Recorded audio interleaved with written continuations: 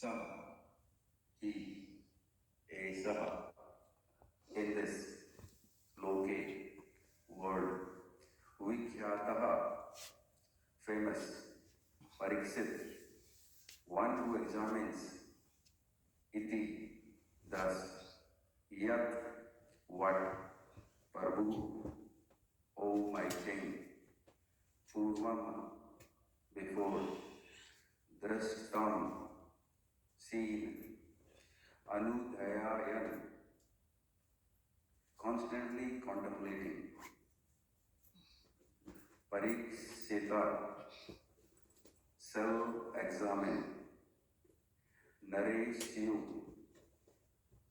unto every man. Iha, here. Translation.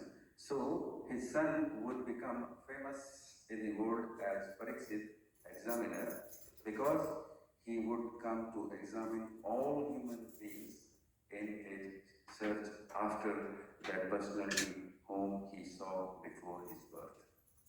Thus, he would come to constantly contemplate him. Please repeat. So his son would become famous in the world as Pariksit, examiner, because he would come to examine all human beings in his search after that personality whom he saw before his birth.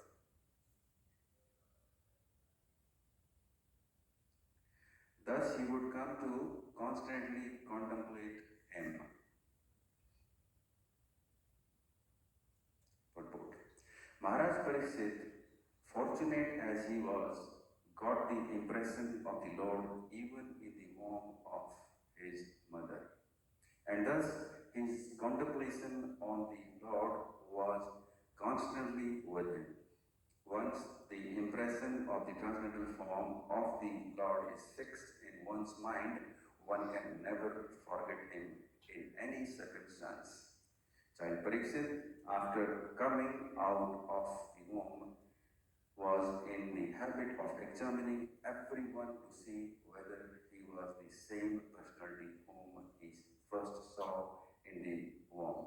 But no, one could be equal to or more attractive than the Lord, and therefore he never accepted anyone.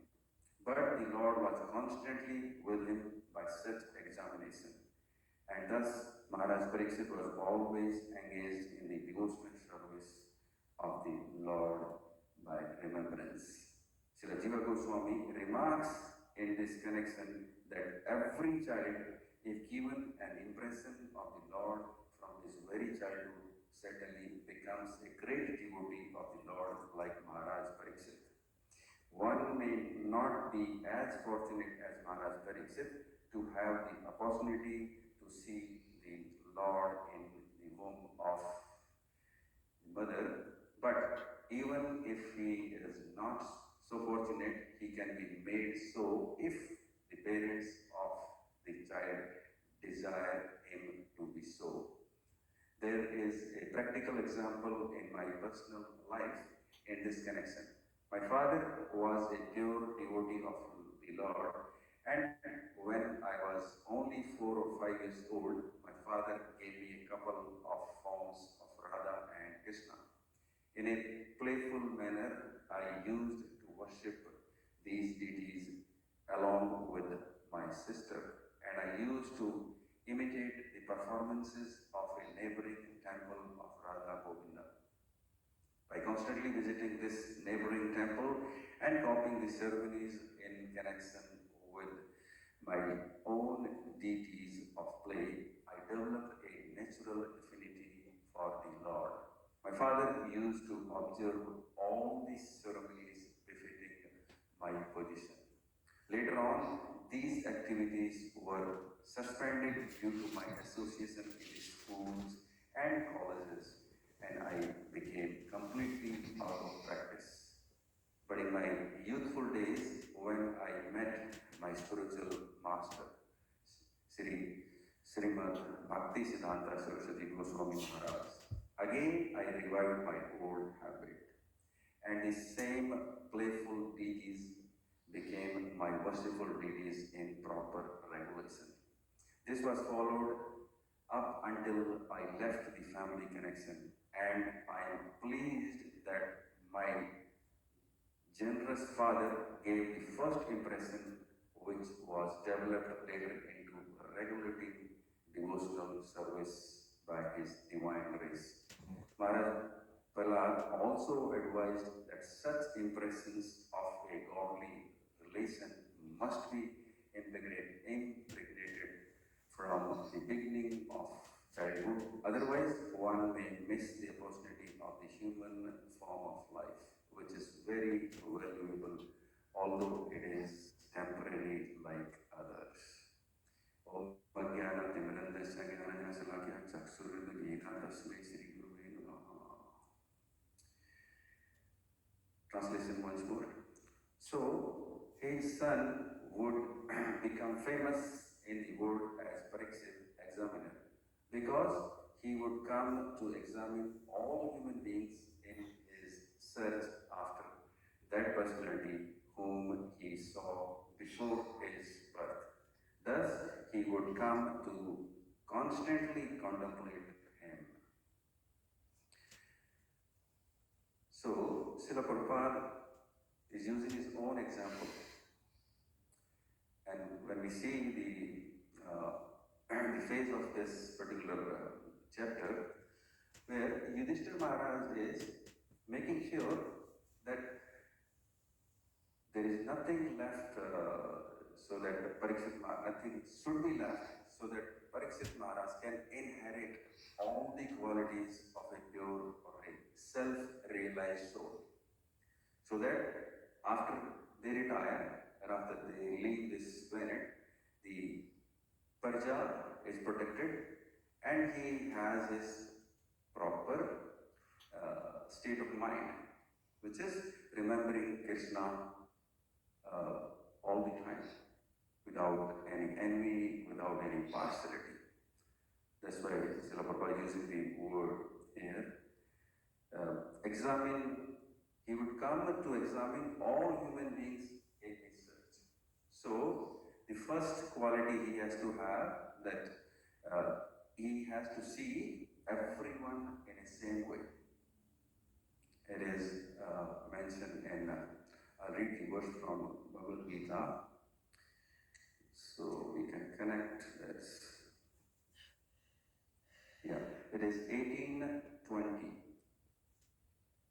Sarva bhuteshu yena ekam bhavam avyayam iksatehe avibhaktam vibhaksatehu tasjnana vidhi sadvikam. Like it says, Sarve bhuteshu yena ekam. He has to see every living being ekam, yena ekam, sarve bhuteshu yena ekam, when like the same way. I'll read the translation also. That knowledge by which one undivided spiritual nature is seen in all living entities through they are divided into innumerable forms, you should understand to be in the mode of goodness. So Prabhupada has given a nice purport that a person who sees one spirit soul in every living being, whether a demigod, human beings, animal, bird, beast, aquatic, or plant, possesses knowledge in the mode of goodness. So this here, Yudhishthira Maharaj is trying to make sure that yes, he has all the qualities.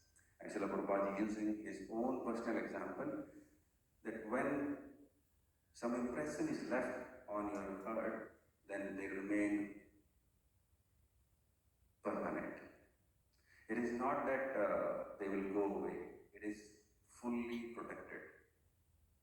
But that impression has to be there. If impression is not there, then it is very difficult. And it comes from the hearing and chanting of the pastimes of the Lord and his different incarnations. My Guru Maharaj was explaining that hearing is the process where you are inviting the Lord to sit in your heart. He is there, but you are just trying to revive your natural position. And he says, then you have to keep your intelligence intact so that Lord is always situated properly. Otherwise, Maharaj says, otherwise Maya will bribe the intelligence, and then when the bribe happens, nobody can protect. There is a story you must have heard that the Great Wall of China, it was built, I don't know, 700, 800 years back. And it was built just to keep that the Mongolian will not attack us. That was the theme Chinese people had at that time. But after that was built, I think within a few years, there are 3 attacks by Mongolians. Did they break the wall? No. They bribed the security guards. They bribed the security guards, and with the help of the security guards, they could attack China multiple times. So, my Guru Maharaj was explaining that you need to have a protection. That protection is the hearing and chanting. If you have that thing in perfect, nobody can attack you. Nobody can bribe your intelligence. Otherwise, it is very difficult. And Srila Prabhupada says, in this Kali Yuga, 75% will be the irreligion. 25% will be the religion or religious people. But Prabhupada further explains that this 25% of religious people, it will reduce further. Srila Prabhupada explains very nicely that this 25% can only be kept intact just with the help of bhakti. And bhakti, Srila Prabhupada explains, it has 2 aspects. One is the internal remembrance, and the second one the external service. As Prabhupada is explaining that he has to see every living being is part and parcel of the Lord. So he cannot be like it. He has to be impartial to become a perfect self-realized king. And he has to do this service out to see the people that he is still doing this service. Otherwise, Prabhupada says, this world is full of misery and lamentation. Always everybody is in misery and everybody is lamenting. I do not have this. I should have got this. What will happen if I have this? All these lamentations are keeping us so that we are not able to remember the Lord constantly. I don't remember this verse, but I'll explain the little bit what Jiva Goswami says. In that particular verse, I don't know where that was, but I know what is the meaning. The meaning says, we are not here to invite sukh or pleasure. He says, we are here to remove our dukkhas. People sometimes think they desire for Krishna,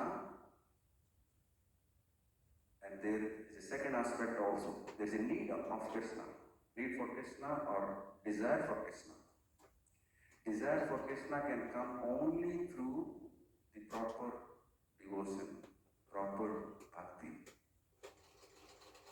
But Srila Prabhupada explains, yes, need for Krishna is also good. Even if you are asking Krishna or you are praying for anything which is material in nature, but still, if you have that need, you will have. If you have the need, you will attain. There are great chances that you will attain the desire for Krishna. And if you develop the desire for the Krishna, as Prabhupada explains in this particular verse, that he will examine Pariksit. The Pariksit word comes from Pariksha.